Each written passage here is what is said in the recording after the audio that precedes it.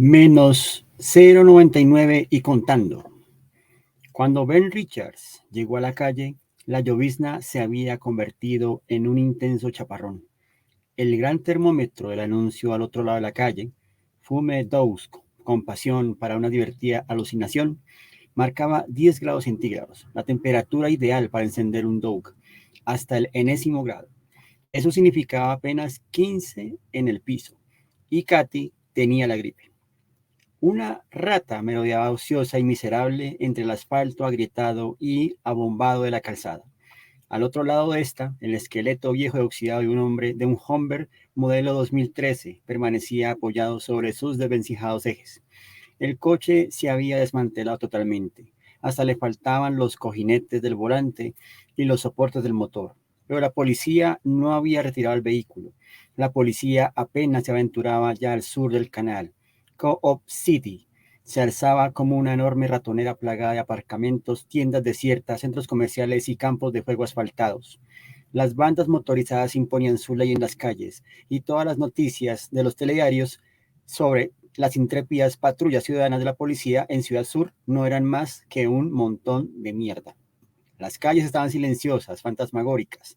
Si uno salía de casa, tenía que tomar el neumobús o llevar un rodillo de gas. Apretó el paso sin mirar a su alrededor, sin pensar siquiera. El aire era denso y cargado de azufre. 4 motos pasaron junto a él con un rugido y alguien le lanzó un pedazo de asfalto arrancado al pavimento. Richards buscó refugio rápidamente. 2 nemobuses pasaron junto a él y notó el torbellino del aire en el rostro como una bofetada. Sin embargo, no les hizo ninguna señal para que se tuvieran, ya que no le quedaba nada de la asignación semanal de $20 por desempleo, en dólares antiguos. No tenía dinero para el billete y supuso que los miradores callejeros se darían cuenta de que era más pobre que una rata. Nadie más le molestó mientras caminaba. Saludos, queridas ficcionautas que ya empiezan a conectarse con esta transmisión. Bienvenidos, bienvenidas, ¿cómo están?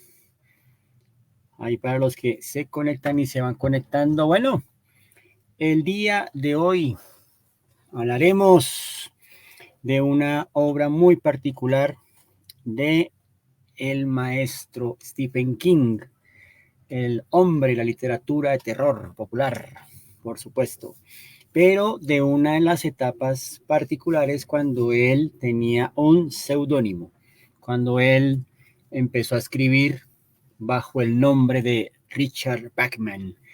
Bueno, la novela que vamos a revisar el día de hoy es nada más y nada menos que El Fugitivo, ¿no?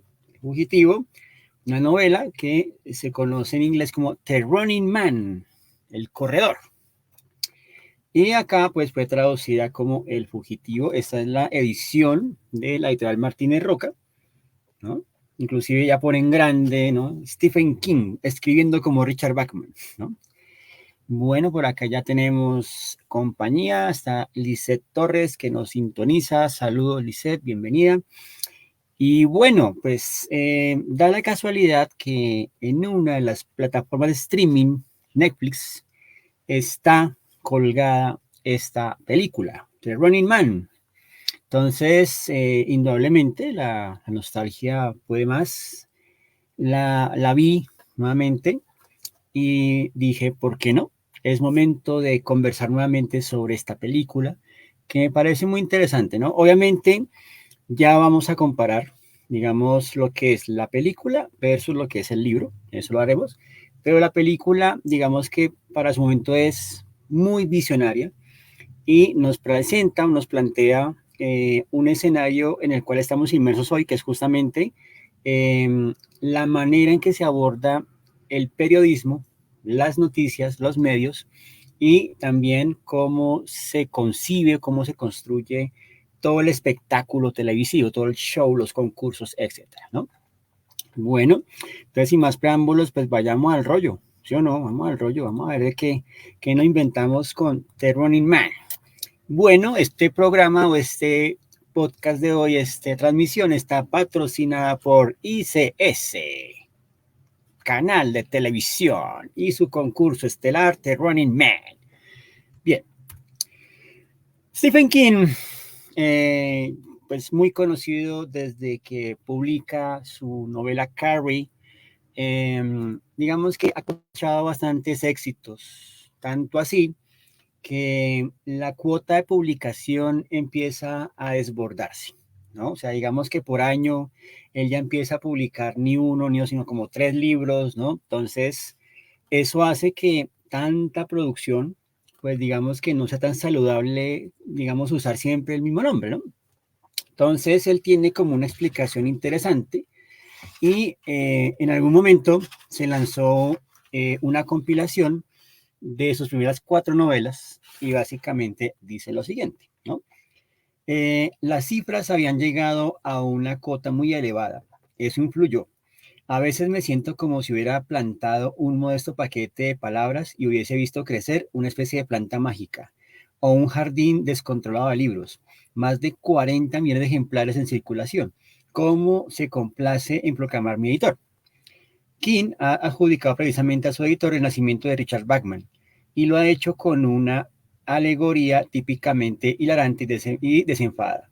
Yo no creía estar saturado el mercado como Stephen King, pero mis editores sí lo pensaban. Bachman se convirtió en ese elemento de transición para ellos y para mí. Mis editores de Stephen King se comportaron como una esposa frígida que solo desea entregarse 1 o 2 veces al año y que le pide a su marido permanentemente cachondo que se busque una prosti de lujo. Era a Bachman a quien yo recurría cuando necesitaba desahogarme. Sin embargo, eso no explica por qué experimentaba la incesante necesidad de publicar lo que escribía, aunque no precisara dinero, ¿no? Bueno, muy bien. Por aquí nos saluda Carlos Clavijo. Saludos. Bueno, muchas gracias. Claro que sí, vamos a la iluminación del amor visual. Entonces, bajo esa explicación, Stephen King había publicado Rabia, también había publicado Carretera Maldita, si mal no estoy, y The Running Man. Como él bien lo dice, pues son como novelas en las cuales él se desahoga, básicamente él como que saca todo aquello que tiene por ahí metido, ¿cierto? Y que de pronto no le dejan publicar como Stephen King, entonces Richard Bachman entra ahí, ¿no? Cabe notar que Rabia es una novela publicada en 1977 y que habla justamente de un personaje que tiene, obviamente, pues como no está, por así decirlo, digamos, como alineado psicológicamente, pues digamos que eh, secuestra todo un salón de clase y mejor dicho, o sea, esa novela es como el antecesor de todo lo que ha ocurrido en situaciones colegiales y eso obviamente pues a Stephen King no le pareció tan bueno porque él nunca pensó que su historia se volviese realidad, ¿no? Pero bueno, a veces pasa. En pantalla, ahí están observando una de las primeras portadas que se publicó de esta novela, donde vemos justamente unas manos, una especie de esfera muy parecida como una bola de cristal y dentro de ella pues una imagen como de el televisor, una pantalla del televisor, digamos, de color que uno tenía en los 80s y un grito, ¿no? Desesperado de quien está dentro de esa pantalla, ¿no? Bueno, versiones que han sacado este libro, digamos que lo han reeditado muchas veces, obviamente con diferentes cambios en la portada. Por ejemplo, hay una donde vemos que tiene como un traje deportivo bastante, digamos, muy similar a uno de los cazadores del show. Otra que tiene que ver con el tema de las cámaras, otra que es justamente como el hombre perseguido, ¿no? Entonces simplemente es como el mercado editorial aprovecha y relanza siempre libros para hacer vigente al escritor, ¿cierto?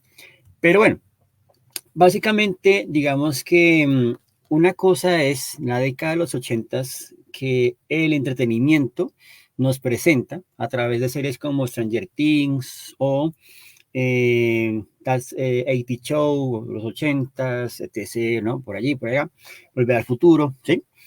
Pero simplemente son como visiones que yo denotaría o llamaría más bien como muy edulcoradas, ¿no? Como muy dulcificadas, pero realmente la época de los 80s fue bastante fuerte, ¿no? En Estados Unidos, sobre todo por las políticas económicas, por la transición que empieza en el modelo económico, y justamente en ese proceso va a intervenir el presidente Ronald Reagan, la era de Reagan, ¿no? Que inclusive pues fue una era marcada por la tensión de la Guerra Fría.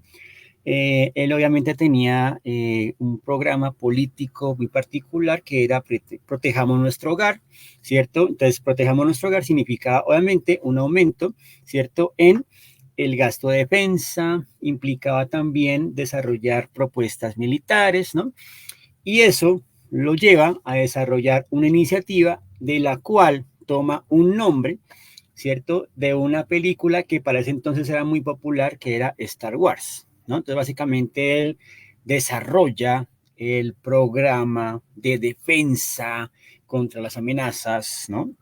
De otros países y lo denominó la Iniciativa Estratégica Guerra de las Galaxias o la Star Wars, ¿no? Entonces ahí tenemos una caricatura donde vemos a C-3PO y a R2-D2 con E.T. de paso, ¿no? Donde están hablando con Ronald Reagan, ¿no? Entonces, esas políticas económicas obviamente empezaron a orientar los esfuerzos hacia eso y se empiezan, digamos, como a privatizar las empresas, se empiezan como a privatizar, digamos, también la salud, todo lo que va a ser este cambio de paradigma que llamamos neoliberal, ¿cierto? Donde básicamente, pues digamos que el Estado ya, digamos como que no tiene que aumentar su gasto, sino que al contrario, básicamente deja que los privados administren, entonces ya el Estado se ocupa como de cosas particulares, ¿cierto?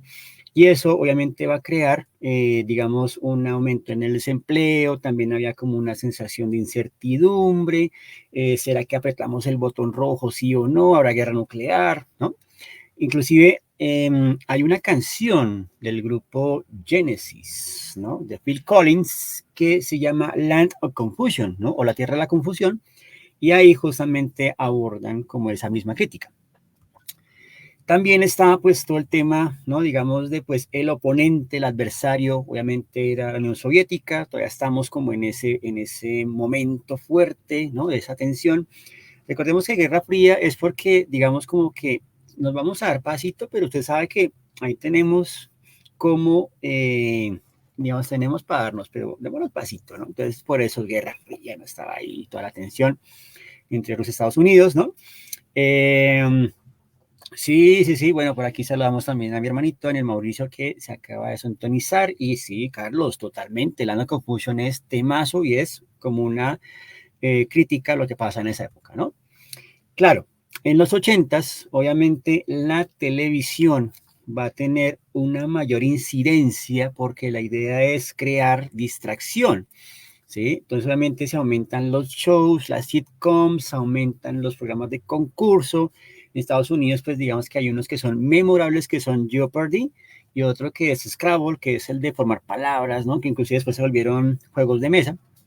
Y en Colombia, pues digamos que no iba a ser la excepción. En Colombia, digamos que los programas de concurso aumentan los 80. Entonces, por ejemplo, gratos recuerdos de programas como El Precio es Correcto, donde doña Gloria Valencia Castaño invitaba al concursante que seleccionaba dentro del público a pasar y básicamente atinar, ¿cierto?, el precio de los productos, y obviamente pues el televidente se entretenía, se reía o sufría, ¿no? Con el concursante porque decía, no, pero ¿cómo no vas a ver el precio del café, hermano? ¿Cómo no vas a ver el precio de los huevos, no?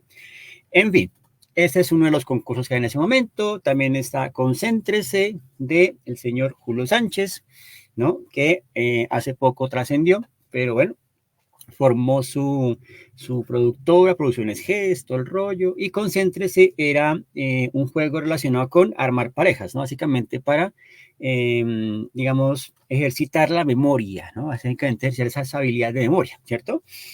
Eh, sí, claro, estos concursos también está, por ejemplo, el programa El Millón, ¿no? Y en los ochentas, 1.000.000 de pesos era 1.000.000 de pesos, o sea, eso era plata, ¿no?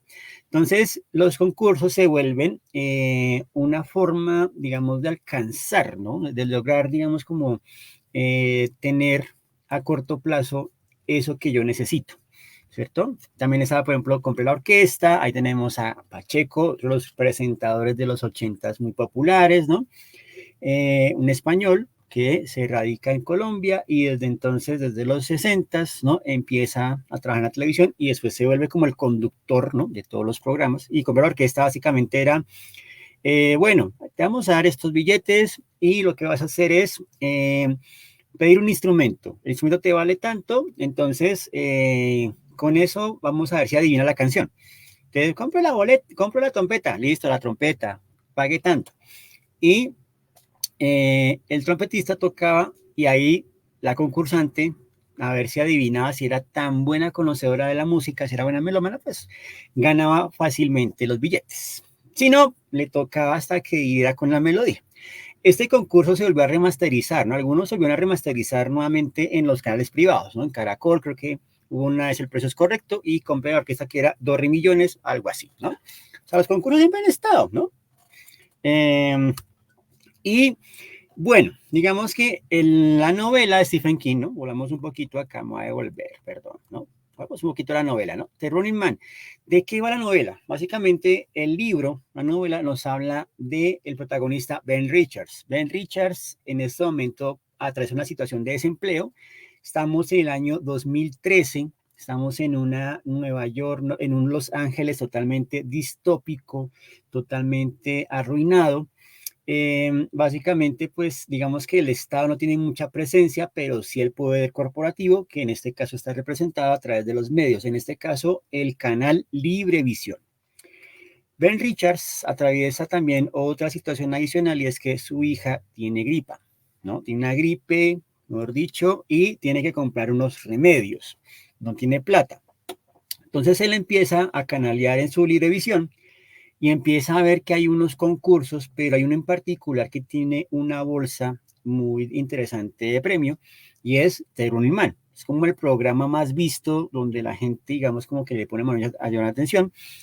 Y Ben Richard dice, no, pues hagámosle. O sea, si necesito ganar plata, pues es la única forma. Ben Richards, el protagonista es, digamos que, digamos, muy desgalamido, ¿no? Digamos que no tiene tanta fuerza, o sea, uno lo ve y uno dice, no, este man que va a sobrevivir.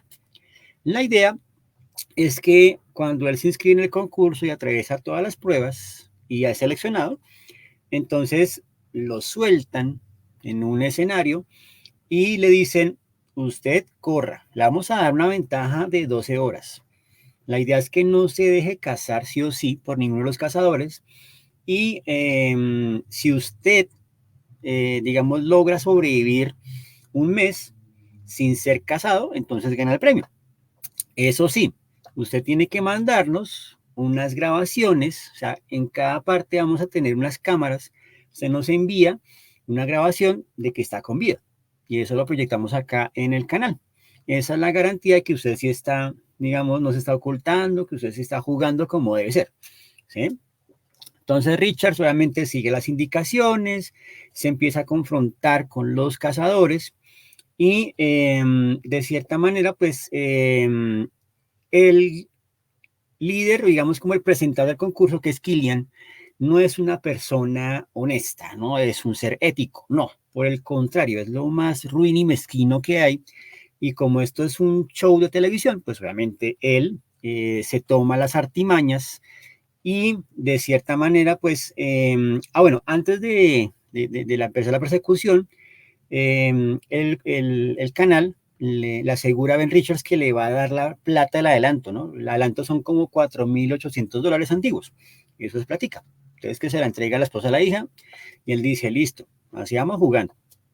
Pero obviamente, pues digamos como que hay un giro bien sorprendente, un giro en el cual pues obviamente Ben Richards se da cuenta de lo macabro que es el show y de lo ruin que es Killian, y él básicamente acaba con la familia. El man obviamente está altamente irritado, digamos que al sobrevivir pues también termina muy herido, y él dice, pues nada, les voy a acabar su negocito, ¿no? Y él decide lanzarse y sacrificarse por la causa llevando un helicóptero hacia el canal, o sea, básicamente como llevándolo directamente a la instalación del canal para quemarlo, para destruirlo, ¿no? Ese es más o menos como el desarrollo, el plot de toda la historia de Running, ¿no? Bien, entonces, volviendo al rollo, digamos que hay algo muy sorprendente y es que El director de la película, que se estrenó en 1987, es nada más y nada menos que Paul Michael Glaser. Y ustedes dirán, ¿quién es Paul Michael Glaser? Pues Paul Michael Glaser es el actor que encarnaba a Starkey, ¿no? Starkey, que era este policía en dúo con Hutch, ¿no? Inclusive Hutch hace poco también trascendió. Y ellos pues solamente recorrían las calles de Los Ángeles, ¿no? Atrapando maleantes y malandrines y todo el cuento. Entonces es sorprendente que él también tenía una faceta como director, ¿no? Y en esa faceta de director, pues digamos que hizo muchas obras, pero en particular esta es una de las que uno dice, qué cosa tan interesante. Bueno, en esta imagen que estamos viendo en pantalla, ustedes van a ver un fotograma de una serie que se llama Max Headroom, 20 minutos en el futuro, que es una serie cyberpunk financiada por el canal MTV en algún momento. Y en esa serie, digamos que el control, ¿no? La corporación que tiene más poder es el Canal 23, ¿no? Entonces, por eso la puso, porque dije, la televisión, muy importante. Y como les digo, ahí está, digamos, como un ejercicio que alguien hizo de aficionado y captura, ¿no? Como el logotipo del canal, ¿no? Y se dice, porque no se llama Librevisión. Curiosamente, en un país, ¿no? Muy cercano, sí hay un canal que se llama Librevisión. Entonces uno dice, ¿será que leyeron Stephen King? No lo sé, ¿cierto? Por aquí leo a Carlos Clavijo. Recuerdo un pequeño juego indie de por ahí, allá en 2016 y 2017, con una tramita muy similar a Terror Inman. Se llamaba Watch This. Interesante comentario. Bueno, vamos ahí mirando. Bueno, en la película pues se nos muestra un Los Ángeles distópico, obviamente muy en esa sintonía Blade Runner. Ahí ustedes pueden ver las edificaciones altas, ¿no? Obviamente esto es obra del mate painting, ¿cierto? Pero uno tiene esa ilusión, ¿no? Inclusive vemos que hay como muchas pantallas en la calle, porque obviamente la televisión es muy importante. Y en este Los Ángeles de 2013, 2019, ¿cierto? Vaya uno a saber, ¿cierto? Eh, hay un amotinamiento, ¿no? Digamos que en cierto sector hay un amotinamiento, hay unas personas que están ahí como reclamando los derechos que les pertenecen y en esto obviamente entra nuestro protagonista que es Ben Richards, en este caso interpretado por Arnold Schwarzenegger. Nada que ver con el del libro, ¿no? En este caso, pues Schwarzenegger sí es, ¿no? Alguien que es fuerte, ¿no? Digamos que en este caso también intrépido, es un militar y es un militar, digamos que tiene empatía. Entonces él está en su helicóptero, lo está manejando, ve el amotinamiento y tiene unas órdenes, ¿no? La orden es, tienes que lance el misil, acabe con ese amotinamiento. Y él dice, no, porque son civiles. Y el comandante le dice, no, la orden es, acabe con ese motín.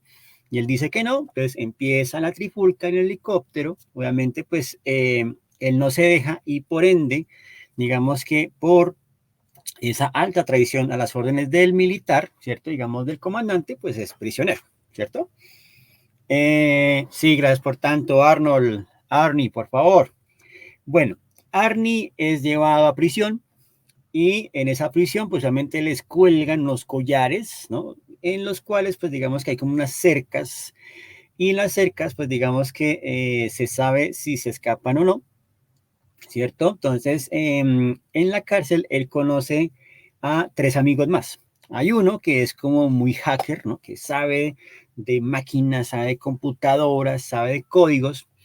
Hay otro, un afroamericano que también como que conoce ciertas cosas de cómo funciona el sistema, todo el rollo, y otro más, ¿no? Entonces, obviamente, ese encuentro no va a ser gratuito, digamos que va a ser también parte de la historia, y ellos, pues, digamos como que logran escapar de prisión, ¿no? Cuando Barney escapa, obviamente lo primero que hace es, bueno, voy a buscar refugio, voy a buscar, digamos, la casa, creo que mi hermano todavía está con vida, él tiene un apartamentico, entonces voy para allá, y cuando va al apartamento, pues se encuentra con una mujer, ¿no? Que le gusta interpretar música, tiene sus máquinas de gimnasio, que es nada más y nada menos que Mara Conchita Alonso. Actriz, cantante, productora, escritora, mejor dicho, de todo, de origen cubano, radicada en Estados Unidos, ¿no? Ah, no, mentira, después mexicana, creo que es, ¿no? Sí. Eh, Y en ese momento, pues ella era una celebridad, entonces, pues ustedes saben que a veces, ¿no? Se involucra. Es curioso porque en esta película hay muchos músicos que actúan en la película, ¿no? Está también, por ejemplo, el líder, el vocalista de la banda Fleetwood Mac, ¿no? Fleetwood Mac es este grupo como de música, por así decirlo, como folk, ¿no? Más o menos. Y él encarna a este líder de la resistencia, ¿no? Ese es el Fleetwood Mac, y creo que también hay otros músicos por ahí metidos. Entonces, la música está como en auge por ese momento, ¿no? Entonces, bueno, Mara Conchita se encuentra con Arnie, ¿no? Arnie le dice, mire, démonos pasito, yo necesito simplemente jugarme acá, si quiere, vamos, usted finge que es mi esposa, nos vamos de vacaciones, avioncito, re bien. Y ella, digamos como que dice, uy, no, pues me figuró, pero obviamente es un plan que acepta a regañadientes, ¿no? Entonces, obviamente, Arnold, corre, corre, Arnie, corre. Fue madre vida, ¿no? Le toca correr al viejo Arnie. O sea, fíjense que desde ya nos están planteando siempre la idea del correr, por eso The Running Man, ¿cierto? Y obviamente, pues lo capturan, ¿cierto? Y ahí es cuando ya entramos en contacto con todo lo que va a ser el show, con Killian, con el canal ICS, ¿no? La productora del canal, la televisión. Killian, ¿no? Digamos que siempre está buscando talentos fortuitos, ¿no? Y cuando se entera de Ben Richards, ¿no? Dice, uy, este man nos puede aumentar el rating, vea, está apenas. Ahora, recuerden que Arnold se opuso al motín, ¿no? Básicamente acá con el motín con un misil, pero ¿qué hacen ellos? Tienen un sofisticado equipo, ¿no? Que hace posible, ¿no? El alterar la imagen para que diga otra cosa. Entonces aquí están, por ejemplo, haciendo los exámenes, ¿no? Esto, ¿no? Tienen este equipo sofisticado que básicamente lo que hace es como generar imágenes digitales y esas alteraciones hacen que se cambie la historia, ¿no? Entonces, básicamente, Ben Richards se presenta en televisión, o Killian lo presenta como el matón de Bakersfield. Eso sí pasa en el libro. En el libro, Killian también dice lo mismo de Ben Richards. Aquí tenemos al violador de no sé qué, ¿no? O sea, lo presenta como alguien malo, cuando realmente el man, ni siendo cierto, o sea, el man no sabía, ¿no? Entonces, bueno, aquí ya estamos viendo justamente pues como esa crítica o ese cuestionamiento a todo el tema de los fake news, ¿no? O sea, realmente qué nos están presentando como información, pero obviamente como es un show, pues Killian le interesa justamente que la gente lo vea como alguien malo, ¿no? Los que, pues Ben Richards es malo, ¿no? Y por ende, pues la idea es que lo casen, ¿no? Porque los cazadores de este programa son los buenos, los participantes son malos, ¿no? Entonces, bueno, este programa obviamente lo van a usar todo el tiempo para hacer alteración de imagen y hay un momento donde empiezan a presentar como cuáles son los concursos que hay, ¿no? Entonces, por ejemplo, acá, escalando por los dólares. Entonces, la idea es que el concurso tiene como telón de fondo o básicamente la meta es no dejarse comer de cocodrilo y obviamente subir, ¿no? Un palito hasta alcanzar los billetes, más o menos como este juego que uno ve por ahí, digamos, en el barrio de Egipto a veces, ¿no? El Día de los Reyes, ¿no? Que es una vara, un palo enorme con aceite, si mal no estoy, ¿no? Y es como resbaladizo y la idea es que uno pues logre escalar hasta llegar al regalo que hay en la cima, más o menos así, ¿no? También está, por ejemplo, el confesor, ¿no? O odio este bote, donde el concursante lo pone en contra a estar en un bote, o también, ¿no? Dolor, ¿no? La historia de América, ¿no? Todo esto son imágenes de los concursos que se mencionan en el libro, ¿no? Por aquí saludamos al máster Rubén. ¿Cómo vamos, mi querido Rubén? Bueno, ya entonces, bueno, aquí Mara Conchita, pues como se logra zafar de Arnold, pues digamos que ella entra al canal como si nada, pero se da cuenta, ¿no? De lo que hicieron con Arnold y el video, ¿no? Ben Richards, conocido como el batón de Bakersfield, él mató a no sé cuántas personas. Ella dice, no, ese man no hizo eso. Eso la lleva, obviamente, a entrar en sospecha y a ir a la sección de archivos, ¿no? Del canal. Y en los archivos detecta, encuentra la cinta original y por ende ya se vuelve digamos, como ya en la mira, obviamente, de Killian, porque dice, ay, Dios mío, o sea, usted trabaja en el canal y se pone con estas, ay, mamita, ¿usted qué ha hecho? En fin, ella también se va parte del concurso, pero todavía no. Entonces, eso sí es muy interesante y en eso la película también hace un énfasis muy particular y es justamente todo el preámbulo, ¿no? Digamos que ponen ahí como unos minutos de show, chicas bailando, la música, los espectadores, ¿no? Inclusive a los espectadores del concurso les dan premios, ¿no? Como, oh, mire, por estar aquí en el programa, se lleva su juego de mesa de Terror in Man y también se lleva esto. Oh, y ahora díganos, ¿qué cazador sería al que usted le apostaría? No sé, tal, ¿no? Bueno, en fin, ¿no? Entonces ahí tenemos toda esta parafernalia, ¿no? Toda esta pirotecnia, obviamente Killian, que es como el presentador más top, todo el mundo lo quiere, ¿no? El más querido, el más sobrado, Killian. Y la escenografía, pues obviamente muy de esas épocas, ¿no? Digamos que mucho neón, muchos elementos también como angulares, ¿no? Era un poco también como arquitectura futurista de ese momento. Bueno, ahí está obviamente los participantes, ¿no? Todos, obviamente, si nos damos cuenta, pues gente privilegiada, ¿no? Que tiene el tiempo, ¿no? Para ver televisión, ¿cierto? Y ahí está, ¿no? Entonces, Killian presentando a el concursante Ben Richards, ¿no? Eh, obviamente, dato de vital importancia, ¿no? Digamos crucial, es que Arnold usa una frase que ya lo acompaña desde Terminator, ¿no? Aquí, Killian le dice, bueno, muy buena suerte y que empiece el concurso, pero él le dice su frase de batalla, su mantra, volveré, ¿cierto? Recuerden que todo eso empezó con Terminator, ¿no? Pues él siempre tendrá su volveré, I'll be back, ¿no? Entonces, esto ya es marca registrada de Arnie, ¿no?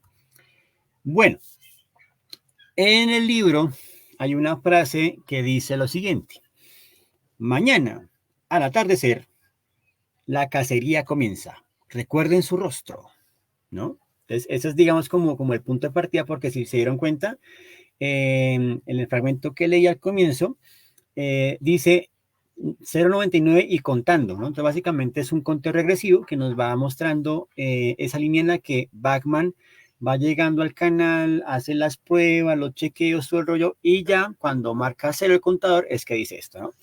Esa es la fase ya como el punto de partida de el clímax de la historia, ¿no? Digamos ya como lo que es el detonante. ¿Mm? Bueno, el primer cazador que van a enviar es nada más y nada menos. Uy, claro, Rubén me hizo acordar de esa escenota que es impresionante, que es cuando él está firmando el contrato, ¿no? Y el abogado dice, no, pues eso es mi espalda, ¿cierto? Y Arnie coge ahí, ¿no? Ben Richards coge y empieza como a garabatear y dice, ah, sí, aquí tiene, ¿no? Es inolvidable esa escena, claro que sí.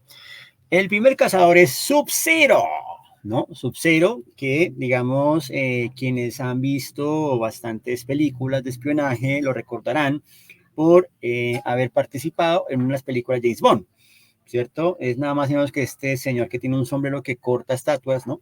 Entonces, bueno, él va a ser como el primer cazador que envían, ¿cierto? Para capturar y eliminar a Ben Richards, ¿no? Y cada cazador es presentado con un show, o sea, digamos que el tema del show sí es muy importante, ¿no? Digamos como toda esa parafernalia, todo ese preámbulo, ¿no?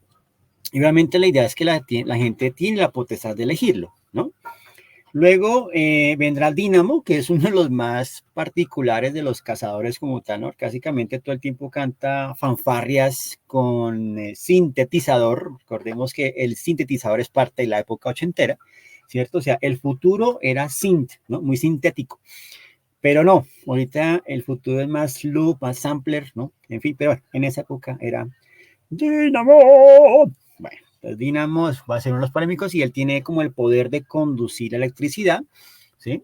También va a estar este otro que usa motosierras, ¿no? Entonces, mejor dicho, cada cazador tiene un armamento sofisticado, pero a ver, Ben Richards, Schwarzenegger, hombre, mano, ya, ahí nada que hacer, ¿no? Él los va a vencer a todos, ¿sí? Hay uno, inclusive, que es muy interesante, que es este, que es el Capitán Libertad o Captain Freedom. Y este Captain Freedom es bien particular porque, digamos, durante la primera mitad de la película, él simplemente se dedica como a contemplar el show. Hay una parte inclusive donde él lo invitan como un presentador o como un copresentador y dice, oh sí, aquí estamos en la sala contemplando lo que va a pasar con Ben Richards, no sé qué, y le cortan la cara, o sea, así que te cortan la transmisión y él dice, ¿cómo así? Ya no me aprecian, ¿qué pasa, no? Es, digamos, como una interpretación, ¿cierto?, de lo que ocurre como con esas estrellas que en su momento fueron celebridades muy populares, pero que luego ya no son, ya fueron olvidados, ¿no? Y obviamente cuando le llega el turno de salir, ¿no? A luchar contra Ben Richards y sus acompañantes, pues a él le ponen como una armadura, ¿no? Y que de cierta forma él dice, no, yo no puedo usar esto, esto es antinatural, no sé qué. Que él le dice, hermano, es el show. Si no le gusta, pues tranquilo, jódase, ¿no? Entonces, todo es show, todo es espectáculo, ¿cierto? Bueno, por aquí acaba de llegar don John Jairo Naranjo, el viejo J. Qué bueno tenerlo por acá, hermano. Entonces, bueno, el que acompaña a Capitán Freedom, el guardia de seguridad, es un personaje interesante, ¿no? Porque todo el tiempo, obviamente, habla poco, solo tiene como una línea de diálogo, ¿cierto? Y ese diálogo es como, lo siento, voy a comprar esteroides. Lo único que dice en toda la película, pero todo el tiempo es mostrando a través de su lenguaje corporal, ¿no? Que es intimidante, que es amenazante, ¿no? Pero en verdad su única línea es esa. Lo siento, tengo que ir a comprar estimulantes.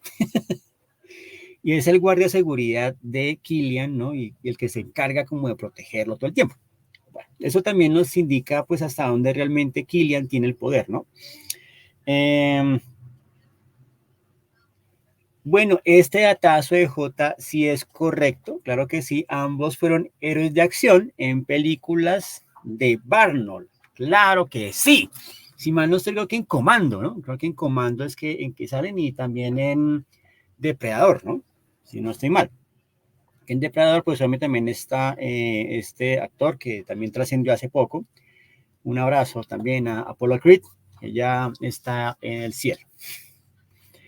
Bueno, Ben Richards y su equipo, esto me parece muy interesante porque, digamos, tal vez no lo enfatiza tanto King en la novela, pero recordemos que a Stephen le gusta mucho la idea de los grupos, ¿no? Entonces, acuérdense que en la Torre Oscura está el Catet, ¿no? Que básicamente son estas personas que acompañan al protagonista y que de cierta forma son parte de ese viaje iniciático, ¿no? El Catet, ¿cierto? Como el equipo, la cofradía, ¿no? Aquí pasa lo mismo. Entonces, cada uno de ellos obviamente le va a dar, ¿cierto? Digamos, como el apoyo indispensable para que obviamente Arnold logre, digo, Ben Richards logre su objetivo. La idea es que en la película el escenario es como un circuito cerrado de calles, ¿no? Que también están así como abandonadas, semi-destruidas, ¿no? Mientras tanto, en las calles la gente va apostando. Al comienzo la gente le va apostando a los cazadores, pero cuando la gente se da cuenta de que Ben Richards es un buen concursante, obviamente le empiezan a apostar a él.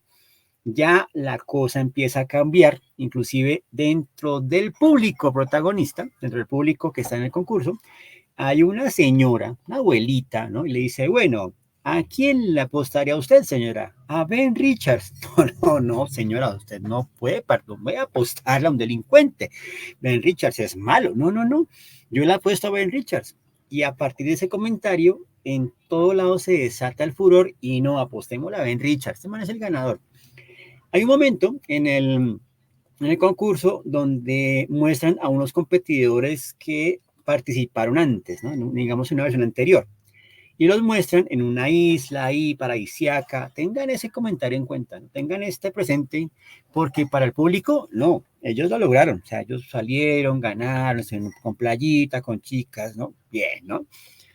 Bueno, este grupo, este equipo con el que va a contar Ben Richard, ¿no? Digamos, este hacker, digamos como que logra determinar que existen una serie de códigos para alterar o para redirigir la señal, no mentiras, para interferir en la señal de televisión. Esos códigos son una serie de números, solamente son como 10 números, algo así, ¿no? Y pues solamente el de lentes, digamos que, digamos, empieza a conocer la jugada y dice, ya sé cómo entrar al sistema, ya sé cómo, de alguna forma, eso, porque antes de todo eso, antes de que, digamos, Ben Richards llegue al concurso, los collares se los quitan, obviamente, los de la resistencia, ¿sí? Entonces, la resistencia, ¿qué es lo que quiere? Obviamente quiere, de alguna manera, tratar de destruir, ¿cierto? A la televisión, pero obviamente no quieren hacerlo, digamos, de la forma convencional, como si estallemos el edificio, sino, no, quieren, digamos, es como mostrar a la gente realmente qué es lo que ocurre, cuál es la cara B, ¿no? Del asunto. Obviamente en el libro de King, todos los concursos son, obviamente, digamos, como antinatura, o sea, básicamente atentan contra la vida humana, o sea, realmente no son concursos como cheverongos. Entonces aquí pasa lo mismo, ¿no? Bueno, John Jairo nos confirma Depredador y Comando. Es Jess Ventura, que fue Capitán Libertad, y Blaine, correcto.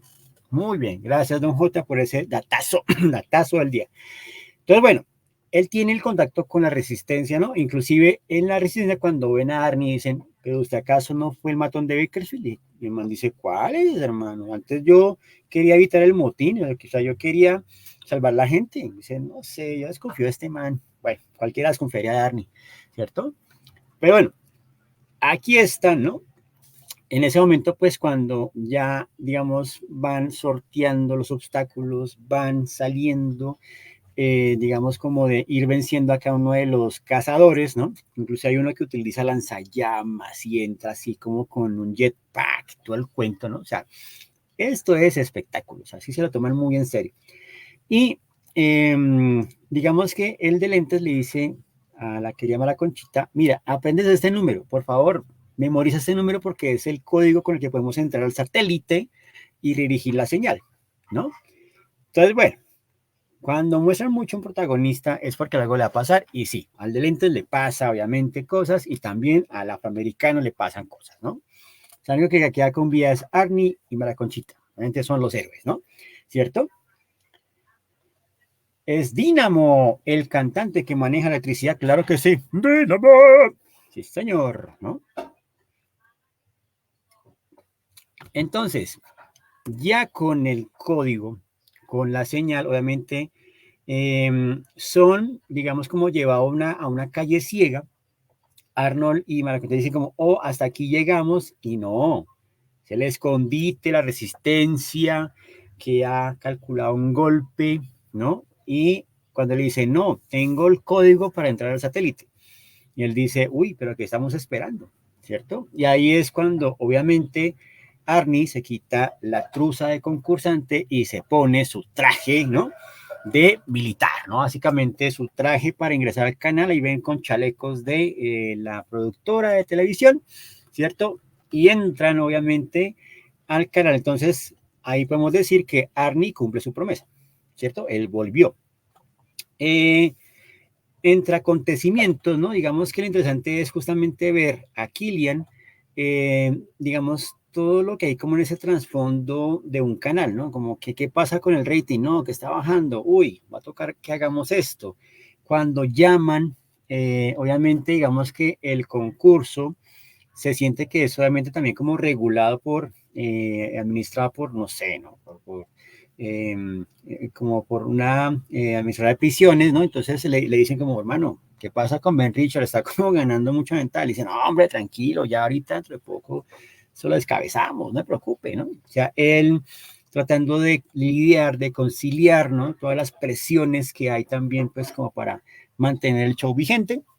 Y como les digo, pues hasta donde realmente ese señor tiene como el control, ¿no? Y eso los muestran al comienzo, como que él es bastante obsesivo con el control de las cosas, etc, etc. Y bueno, cuando llegan ellos, ¿no? Con todas las armas y entran al canal haciendo este golpe, pues justamente encuentran las cintas, ¿no? Originales y él les muestra, miren lo que pasó con los concursantes. Y básicamente son cadáveres que quedaron atrapados, ¿no? Ahí en uno de los rincones de las calles del concurso, ¿no? Son cadáveres como tal, ¿no? Dice Don J, el libro a mí me gustaba mucho, era mucho mejor que la peli, pero la peli tenía un tono ochentero que era buenísimo. Sí, no, como les digo, el libro está construido narrativamente, es muy interesante porque básicamente es el conteo regresivo, mediante el cual vamos viendo pues cómo Ben llega al canal, todo el proceso pues para ser seleccionado, los chequeos médicos y demás, y luego ya el concurso, ¿no? Y luego pues el desenlace, que es un desenlace que uno dice, sí, es un desenlace épico, un desenlace héroe griego, ¿no? En la tragedia griega, pues, ¿no? Pues la peli pues tiene lo suyo, ¿no? Y realmente pues es bien interesante como documento, ¿no? Bien, indudablemente pues digamos como que Arnie logra su objetivo, vence, digamos, a Killian en su juego. Incluso la escena final es bien interesante porque él coge en el mismo carrito, ¿no? Y lanza a Killian a concursar, ¿no? A ver si qué tan capaces de huir o de estar, digamos, con la gente ahí en las calles, ¿no? Entonces, bueno, es una historia que digamos, es bien interesante repasar y pues, digamos que en su momento y dentro de ese contexto de la de Reagan, indudablemente es como esa respuesta de Stephen King como a toda esa frustración que él tenía por la forma en que se estaban manejando las cosas en aquel entonces, ¿no? Pero bueno, entonces eso es The Running Man, El Fugitivo, ¿no? Novela de Richard Bachman, mejor dicho, Stephen King haciendo como Richard Bachman. Y próximamente, el día 28 de febrero, pues vamos a estar haciendo como una reseña, vamos a estar hablando de una de las revistas más memorables de la ciencia ficción francesa, que es la revista Metal Hurlant, ¿no? Que es como el punto de entrada, ¿no? El que abre el portal de la ciencia ficción en un país, en un lugar que tenía una tradición de cómics del oeste y de cómics históricos. Pero con Metal Hurlant, la ciencia ficción va a tener una apertura impresionante y que Metal Hurlant va a ser la base de después otros proyectos como Heavy Metal y otras antologías de las cuales hablaremos en nuestro próximo encuentro. Entonces, pues, ante todo, muchísimas gracias por la compañía, por, por los comentarios, por estar aquí muy presentes, ¿no? De verdad que qué bueno que esté. Entonces, los esperamos en nuestro próximo encuentro, que será el día 28 de febrero. Por lo pronto, entonces un gran saludo a Don J y gracias por los comentarios, también a Lisette, a mi hermano Daniel Mauricio, a Carlos Clavijo, a Rubén, ¿no? Que estuvieron ahí como conectadísimos y estuvieron pues muy atentos y pues eh, ya saben que después pueden repetirlo en YouTube, esto ya estará el día sábado para que entonces lo recomienden, lo compartan y así seguiremos nutriendo nuevamente esos expedientes. Por lo pronto, feliz resto de miércoles, feliz resto de semana y nos encontraremos entonces el 28 para hablar de la revista Metal Hurlant, ¿no? Uy, don J. Bueno, después comentamos detrás de cámaras. Creo que yo tengo las crónicas metálicas. Tengo las crónicas de Metal Hurlant, sí. Tengo la de Moebius, sí, señor. Tengo ese y tengo Tale of Tomorrow. Ahí tengo. Tenemos material. Muchas gracias. Bueno, nos vemos. Chao, mi gente.